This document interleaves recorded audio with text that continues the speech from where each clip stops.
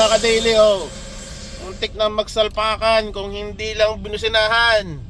Umatras ang Porter Airline. Umatras din ang WestJet. Kunting-kunti na lang, oh. Sino kayang siraulo nagbigay ng clearance sa mga tong nag-pushback tong pareho? Ayan, nako. Buti na lang naagapan. Kung hindi, ang laking problema nito mga ka-daily.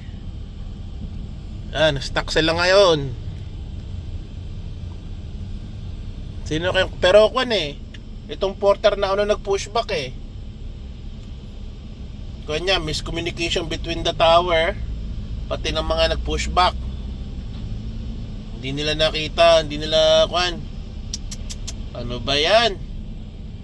Yan mga ka-daily, ganito ang happening sa work natin sa airport, no? Lalo na pag ganitong napaka-busy kasi today.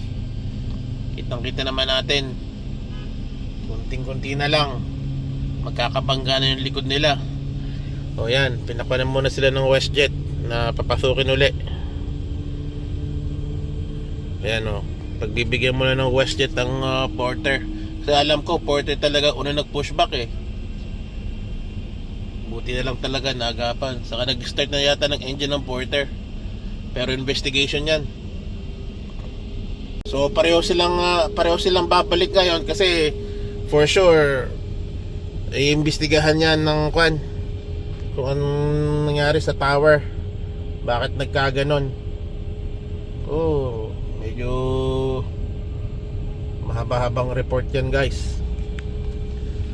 Yan, bumabalik na yung porter doon sa gate niya. Tapos papabalikin din tong WestJet.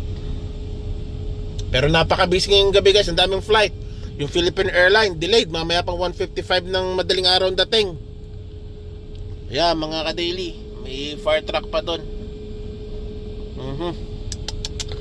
Balik muna tayo ulit sa trabaho.